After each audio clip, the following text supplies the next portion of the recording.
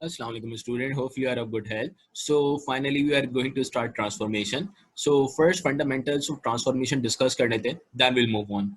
In transformation, the cases that you have to discuss, the sub cases that you have to discuss in transformation are as follows. So one by one in cases की बात करते हैं. Number one, translation, then enlargement, then reflection, then rotation, then stretch or shear. These are the additional two cases that I have included. लेकिन अब आपके पास 2 years back ये syllabus से remove कर दिए गए. So we are going to discuss the following 4 cases. There are few more, लेकिन आपके syllabus जो Maths 4024 है, Olevels Mathematics 4024, उसमें ये 4 topics included हैं. So first, what actually transformation is, by definition उसकी बात कर लेते हैं. In geometry, transformation refers to the dimensional change that includes its length, orientation, movement of the object in coordinate plane to understand its shape in different construction scenarios. Simply अगर मैं transformation को relate करूँ transformer movie से कि किस तरह आपके पास एक कार एक ह्यूमन में कन्वर्ट हो जाती थी और ह्यूमन कार में कन्वर्ट हो जाता था, तो what is the geometrical changes that involve any of the shape associated when it transform from one shape to another. मतलब दिखने में वो एक ही shape को अगर हम स्ट्रेच कर दें, रोटेट कर दें या उसको किसी डायमेंशन में along x y axis में मूव करें, रोटेट करें, तो what actually the dimensional change that involves, so that we are going to discuss in transformation. तो ट्रांसफॉर्मेशन में आपके लेवल पे बहुत बेसिक से सिंपल ये 4 केसेस होते हैं, द फॉलोइंग 4 केसेस. तो वन बाय वन इनको डिस्कस करना स्टार्ट करते हैं. By every video I have also recorded some of the, you can say, the orientation, some of the orientations for you that will help you in understanding of following cases. So first, let's start with number one case, translation. Translation से बात करना start करते हैं. So what actually translation means और translation का मतलब क्या होता है, पहले मैंने एक short सी definition लिखी है for your understanding, then इस definition को detail में discuss करते हैं. Translation refers to plane movement of any of the given set of figures along x and y axis. अब इसका मतलब क्या है? प्लेन मूवमेंट का मतलब x और y एक्सिस में उसकी मूवमेंट होगी without changing it's dimension and orientation. इसका मतलब कि ऑब्जेक्ट की ना तो डायमेंशन चेंज होगी ना ओरिएंटेशन होगी. अब इसमें ये डायमेंशनल चेंज और ओरिएंटेशनल चेंज की मीनिंग क्या है, इसको डिटेल में डिस्कस करेंगे. पहले एक बार सेपरेटली अभी डिस्कस कर लेते हैं. To represent translation we consider a column matrix of order 2:1. हम एक 2:1 का ऑर्डर मैट्रिक्स कंसिडर करते हैं, कॉलम मैट्रिक्स, जिसका ऑर्डर 2:1 होता है और वो कॉलम मैट्रिक्स ऐसे लिखा जाता है, that is x and y. अब देखिए यहाँ पे ये x किसको रिप्रेजेंट कर रहा है, y किसको रिप्रेजेंट कर रहा है, इसकी बात कर लेते हैं. If I talk about this x refers to movement. अगर मैं यहाँ पे x की बात करूं तो यहाँ पे ये x रिप्रेजेंट कर रहा है मूवमेंट along x एक्सिस को. And if I talk about this y कि भाई यहाँ पे y इस मैट्रिक्स में किसको रिप्रेजेंट कर रहा है, तो y refers to movement along y axis. अब देखें ये x एक्सिस और y एक्सिस में मूवमेंट का मतलब क्या है. ये मूवमेंट आपके पास पॉजिटिव भी हो सकती है, नेगेटिव भी हो सकती है. पहले इसको हम फर्स्ट वाले सेंटेंस से रिलेट करते हैं जो हमने बात करी थी कि कोई डायमेंशनल चेंज नहीं होता, कोई ओरिएंटेशनल चेंज नहीं होता. एक्चुअली इसका मतलब क्या है, पहले इस चीज की बात करते हैं. देखें यहाँ पे मैंने आपके पास एक्स एक्सिस और वाई एक्सिस क्लियरली बनाया हुआ है, and I also drawn triangle A for you guys. अब बात जरा ये समझिएगा, अगर मैं इस ट्रायंगल ए की ट्रांसलेशन करूंगा तो इसका मतलब ये है कि मैं इसको एक्स एक्सिस और वाई एक्सिस में मूव करके किसी भी पॉइंट पे ले जाके रख दूंगा. मैंने ना तो इसकी डायमेंशन चेंज करी. डायमेंशन चेंज का मतलब क्या होता है, देखिए डायमेंशनल चेंज का सिंपली मतलब यहाँ पे ये होता है, जैसे अगर मैं इसकी डायमेंशनल चेंज की बात कर रहा होता तो डायमेंशनल चेंज का मतलब सिंपली ये होता है कि जो भी आपके पास गिवन शेप है उसको मैं कंप्लीटली कंसिडर करके इन लार्ज, मतलब या तो जूम इन या जूम आउट कर रहा हूँ. Sorry, let's assume I'm unable to discuss on that triangle because वो completely मैंने lines को join करके draw करा था, उसमें मैं completely आपको clearly बता नहीं पा रहा था. So let's discuss on the following triangle. अगर मैं इस triangle में translation के case को discuss करने जा रहा हूँ तो इस triangle में translation के case का मतलब ये है कि you are moving the following triangle along x-axis and y-axis without changing its dimension and orientation. देखिए डायमेंशनल चेंज का मतलब क्या होता है. डायमेंशनल चेंज का मतलब ये होता है कि मैं उसको किसी भी पॉइंट से पकड़ के स्ट्रेच कर दूं, ये डायमेंशनल चेंज है। मैं उसको वाई एक्सिस के अलोंग स्ट्रेच कर दूं, ये डायमेंशनल चेंज है। मैं उसको एक्स एक्सिस और वाई एक्सिस दोनों के अंदर सेम रेट से इंक्रीज या डिक्रीज करूं, ये डायमेंशनल चेंज में इन्वॉल्व होता है। सो आप जब भी ट्रांसलेशन का केस करेंगे, there is no such dimensional change involve कि विदाउट चेंजिंग इन डायमेंशन की बात हो रही है। मैं सेकंड कंडीशन की बात करता हूं जो मैंने यहाँ पे डिस्कस करी कि what we actually mean by orientational change. Orientation का मतलब क्या होता है? मैं इस ट्राइंगल को रोटेट कर रहा हूं, तो ये रोटेट करना मतलब उसकी ओरिएंटेशन को चेंज करना होता है। ये जो मैं रोटेट कर रहा हूँ ना, ये केस आपके पास डिटेल में when we will discussing about the case of rotation in transformation, तो उसके अंदर हो रही होगी। तो अभी ट्रांसलेशन में हमें सिंपली बात की समझ में आई, if I am moving any of the given shape along X axis and Y axis, मतलब मैं उसकी प्लेन में मूवमेंट कर रहा हूँ, तो इसका मतलब आपके पास सिंपली होगा कि मैं क्या कर रहा हूँ, मैं उस केस के अंदर ट्रांसलेशन मैट्रिक्स ट्रांसलेशन, मैं उसके अंदर ट्रांसफॉर्मेशन का सब केस ट्रांसलेशन परफॉर्म कर रहा हूँ। जैसे मैं आपको बहुत सिंपल सी एग्जांपल देता हूँ। इन द फॉलोइंग केस, जैसे अगर मैं आपको कहूँ कि भाई this is the point where actually this triangle was, ये आपके पास ट्राइंगल इन पॉइंट्स पे था, और मुझे इसको ट्रांसलेट करना है x में 1 और y में 2।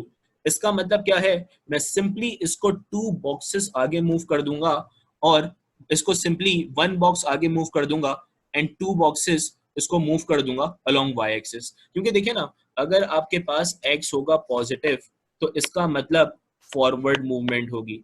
अगर x होगा नेगेटिव, तो होगी बैकवर्ड मूवमेंट। ये y है जो कि 2 है। अगर y होगा पॉजिटिव, तो मतलब अपवर्ड मूवमेंट होगी।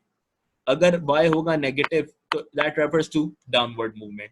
तो अभी के केस के अंदर मैंने जो आपको मैट्रिक्स गिवन करा है, दैट मैट्रिक्स इज 1 एंड 2।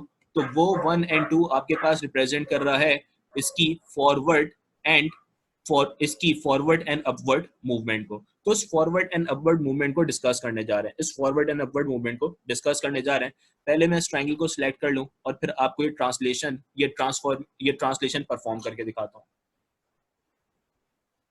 या मैंने एक ट्राइंगल यहाँ पे सिलेक्ट कर लिया है, और उस ट्राइंगल में आपको यह ऑपरेशन परफॉर्म करके दिखाऊंगा। फॉर्स ये ट्राइंगल इसके ऊपर मैंने रखा, मुझे एक्स में मूव करना है 1, मैंने एक्स में मूव करा 1। वाई में मूव करना है मुझे 2 बॉक्सेस, तो 1 box and 2 box. So finally this triangle is mapped on to other triangle, या अगर मैं इसको नेम करके बताऊं तो मैं ऐसे कह सकता हूँ कि I have mapped triangle A on to triangle B by the following translation. Okay, so hopefully you guys clear about the somehow fundamentals of the following condition, जिसको मैं जूम आउट करके भी यहाँ पे आपको क्लियरली दिखा देता हूँ। तो होपफुली आपको ये fundamentals of the given condition clear हो गए होंगे। Let's move on towards one of the practical scenario based question, उसकी तरफ बढ़ते हैं। एक प्रैक्टिकल सिनेरियो बेस्ड क्वेश्चन की तरफ बढ़ते हैं। एग्जामिनर ने आपसे कंडीशन दी है, examiner is saying triangle A is mapped onto triangle B, identify that transformation. Examiner ने सिंपल कहा है कि यार इस ट्रांसफॉर्मेशन को आइडेंटिफाई करो। आपको क्लियरली नजर आ रहा है जैसा शेप ट्राइंगल ए का है एग्जैक्टली सेम शेप ही ट्राइंगल बी का है। ना तो ओरिएंटेशनल चेंजिंग है, ना डायमेंशनल चेंजिंग है। तो ऑब्वियसली ये वाली ट्रांसफॉर्मेशन तो पता लग गई कि ये जो ट्रांसफॉर्मेशन होगी ये लाजमी ट्रांसलेशन ही होगी। सो अगर ये ट्रांसलेशन होगी, तो ट्रांसलेशन को आइडेंटिफाई करने के लिए आपने सिंपली लिखना होता है एक कॉलम मैट्रिक्स, जिसमें आप बताते हैं कि यार एक्स के अलोंग कितनी मूवमेंट है और वाई के अलोंग।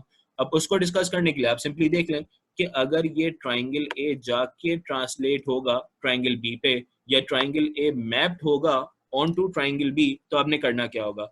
अब इसके लिए कोई ना कोई रेफरेंस पॉइंट सेलेक्ट कर रहे होते हैं। रेफरेंस पॉइंट मतलब भाई देखे ना, ये वाला पॉइंट ऑब्वियसली जाके यहाँ पे मार्क हो रहा होगा, ये पॉइंट जाके यहाँ पे प्लॉट हो रहा होगा, और ऑब्वियसली आपके पास last but not the least this point is going to plot hair.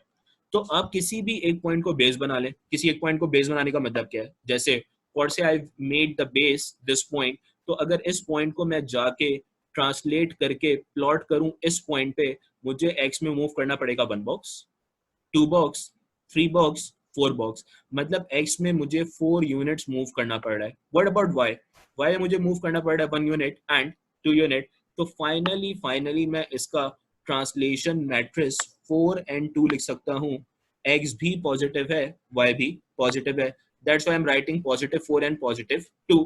और अगर इस बात को मैं आप लोगों को क्लियरली नोट भी कराऊं ना, तो इस बात को अगर आप क्लियरली नोट करें तो मैं आपको इसको ट्राइंगल को सिलेक्ट करके नोट भी कराता हूँ। Let's note the following condition, मैं आपको नोट भी कराता हूँ। देखें, मैं इस पूरे ट्राइंगल को आपको नोट कराता हूँ कि देखें जाके इसके ऊपर प्लॉट हो सकता है। मतलब ये बात क्लियर रिप्रेजेंटेशन है कि लाजमी ये वाला केस आपके पास ट्रांसलेशन का केस है। एक चीज और नोट कराता हूँ। देखिए, मैंने एक्स से मूव करा इसको 1 यूनिट, मूव करा 2 यूनिट, मूव करा 3 यूनिट, मूव करा 4 यूनिट। फाइनली वाई में मूव करने जा रहा हूँ, मैंने वाई में इसको मूव करा 1 यूनिट, वाई में मूव करा 2 यूनिट। सो फाइनली ये triangle A is mapped on to triangle B. तो ऑब्वियसली आपने एक्स में मूव करना पड़ रहा है 4 and that is +4 because you are moving along positive x direction, and upward is +2 because you are moving along positive y direction. So hopefully you are guys are clear about the following condition. So let's move on towards animation that I've recorded separately for you. So उस animation based cases की okay, so let's move on. देखिए, examiner आपके पास दो तरह के cases देता है। Case number 1 जिसमें आपके पास ट्राइंगल ए मैप्ड हो रहा है ट्राइंगल बी और आपके पास ट्रांसलेशन मैट्रिक्स भी एग्जामिनर ने गिवन करा हुआ है। और केस नंबर 2 जो अब मैं डिस्कस करने जा रहा हूँ। केस नंबर 2 में एग्जामिनर कहता क्या है? Examiner is saying translate shape by 3 and 4। इसका मतलब ये शेप आपके पास एक्स में मूव हो रहा है 3 यूनिट्स, दो 3 यूनिट्स राइटवर्ड होगा, और वाई में मूव हो रहा है 4 यूनिट्स, तो ये 4 यूनिट्स आपके पास मूव होगा इन अपवर्ड डायरेक्शन। अब इसके लिए आप ट्रेसिंग पेपर की भी हेल्प ले सकते हैं। आप ट्रेसिंग पेपर से भी इसको प्लॉट कर सकते हैं। मैंने यहाँ पे ट्रेसिंग पेपर पे फर्स्ट कलर चेंज करके आपको पॉइंट्स मार्क करके दिखा रहा हूँ कि फर्स्ट मैं ट्रेसिंग पेपर पे इस कंप्लीटली ट्राइंगल को प्लॉट कर रहा हूँ आप लोग के अंडरस्टैंडिंग के लिए। First I plotted the following triangle on to tracing paper, और ट्रेसिंग पेपर पे प्लॉट करने के बाद मैं फाइनली इसको एक्स में मूव करूंगा 3 यूनिट राइस बिकॉज एक्स हमारे पास +3 है, एंड y में मूव करूंगा 4 यूनिट्स अपवर्ड बिकॉज मेरे पास y 4 यूनिट्स पॉजिटिव है। So that's how triangle C is plotted onto another translated shape जो आपके पास एग्जामिनर ने गिवन करा था। मैंने जो ट्रेसिंग पेपर की हेल्प से पॉइंट्स मार्क कर दिए। After marking the following points I connect them via line, और लाइन से ज्वाइन करने के बाद फाइनली मैं इसको ट्राइंगल C को कह सकता हूँ कि yes this is your object, और जिसके ऊपर वो फाइनली आपके पास प्लॉट हो गया उस ट्राइंगल को हम लोग नॉर्मली इमेज कंसिडर कर रहे होते हैं, क्योंकि ट्रांसलेशन मैट्रिक्स के बाद we'll consider them as image. So hopefully you clear about the following given condition कि ट्राइंगल A में आपके पास जो भी उसकी रिस्पेक्टिव वर्टिसेस हैं, हर वर्टेक्स को आप लोग नोट कर सकते हैं। If I consider the following vertex, this vertex is moved 3 units and 4 units upward. In fact अगर मैं किसी दूसरी वर्टेक्स को भी कंसिडर करूं तो वो भी आपके पास x में 3 और y में 4 ही मूव ही होगी। आप चाहें तो वर्बली चेक भी कर सकते हैं, आप चाहें तो वर्बली वीडियो को पॉज करके अकॉर्डिंगली चेक भी कर सकते हैं। Take your time. Hopefully you clear about the following condition. So moving towards next case में आपके पास condition है translate shape by -3 and 9। -3 और 9 मैंने आपके पास अगेन कॉलम मैट्रिक्स गिवन करा हुआ है, और उस कॉलम मैट्रिक्स को मैं x में 3 यूनिट्स और y में 9 यूनिट्स कर रहा हूँ। सो 3 यूनिट्स क्योंकि नेगेटिव हैं तो I will be moving 3 units leftward, क्योंकि y में 9 पॉजिटिव हैं सो आई बी मूविंग 9 यूनिट्स अपवर्ड। मैं ट्रेसिंग पेपर की हेल्प से अगेन आपको ये चीज क्लियरली मूव करके दिखा रहा हूँ। आप काउंट कर लें, this is 3 then 4 then 5 6 7 8 then 9। Finally आपके पास C मैप्ड हो गया onto another triangle by the following transformation। मैंने अकॉर्डिंगली ट्रेसिंग पेपर की हेल्प से भी आपको करके दिखाया, आप इसको डायरेक्टली भी कर सकते हैं, इट्स अप टू यू। मैं फाइनली पॉइंट्स को मार्क कर रहा हूँ। This is your object and this will be consider as image. This is your object and this will be consider as image. Point को भी मैं आपको ट्रेस करके दिखा रहा हूँ। देखें, 3 यूनिट्स बैकवर्ड और leftward, 3 units upward then 3 units upward then 3 units upward, all together हमने 9 यूनिट्स अपवर्ड एक पॉइंट को मूव करा है। So that's how this triangle is mapped onto another one. This triangle is mapped onto another one. Now just pause the video and try the following question by yourself. Translate the following by -5 and 6। तो obviously इसका मतलब ये होगा कि -5 unit में जाऊंगा backward and 6 units downward. Again मैं tracing paper की हेल्प से इस क्वेश्चन को आपको अकॉर्डिंगली सॉल्व करके दिखा रहा हूँ सो दैट फॉलोइंग क्वेश्चन आपको क्लियर हो जाए. I want you people to pause the video and try by yourself. So देख लीजिए, मैंने फाइनली उसकी प्लॉटिंग कर दी है. You guys can clearly see by the following condition. आपको ये क्लियरली समझ में भी आ रहा होगा. मैंने उसकी फाइनल प्लॉटिंग कर दी है. So let's move on. So I have just select the image. तो आप क्लियरली देख लें मैं x में मूव कर रहा हूँ इन बैकवर्ड डायरेक्शन, इन लेफ्टवर्ड डायरेक्शन -5 यूनिट, और y में मूव कर रहा हूँ -6 यूनिट्स. फाइनली आई कंक्लूड कि भाई आपके पास ट्रांसफॉर्मेशन में एग्जामिनर जब भी केस देता है ट्रांसलेशन का, तो ट्रांसलेशन में आपके पास दो कंडीशन देता है. नंबर 1, या तो ट्राइंगल ए को मैप कराएगा ट्राइंगल बी पे, तो you have the following case कि आप बॉक्सेस को काउंट करके accordingly x axis and Y axis के अंदर जो आपने ट्रांसलेशन परफॉर्म करी है उसको लिख देंगे. एंड केस नंबर 2, जब एग्जामिनर आपके पास ट्रांसलेशन मैट्रिक्स देगा और ट्रांसलेशन मैट्रिक्स के अकॉर्डिंगली ट्रांसफॉर्मेशन परफॉर्म करा रहा होगा जैसे हमने एनिमेशन में सीखा. So thank you guys, hopefully इंशाल्लाह see you in next session with more cases of transformation in which we discuss onwards. Thank you.